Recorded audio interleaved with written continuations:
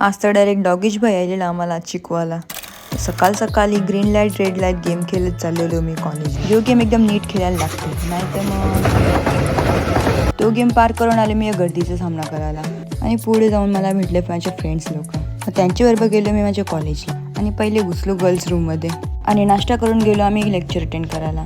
तिकडे ते सगळी पोरं जमलेली आम्ही गेलो सगळ्यांना लास्टच्या बेंचवर, कारण आम्ही हो बॅक बेंचर्स. मॅमची वाट बघता तरणच एंट्री झाली आहे डॉगेज भाईची.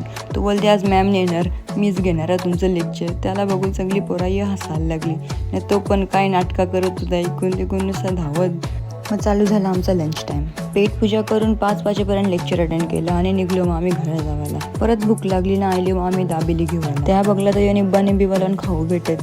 मग ट्रेन पकडली आणि गेलो आम्ही दिवा स्टेशनवर. तिकडे बघला तर ट्रेन आलेली होती. मग आत गेलो ना पहिले पेट पूजा करून घेतली आणि निघली ट्रेन पण आमची. मग खिडकीमधून नजर बघत बघत मी पोचलो माझ्या स्टेशनवर आणि परत गेम खेळत गेलो माझ्या घरा आलो तर बघते सुवानीने मॅगी बनवत लावली. मग ती घेते आम्ही खावाला आणि मम्मीने पण उखिरलेलं मग ते खाल्लं ना, जेवलो शेपूची भाजीशानं झोपलो.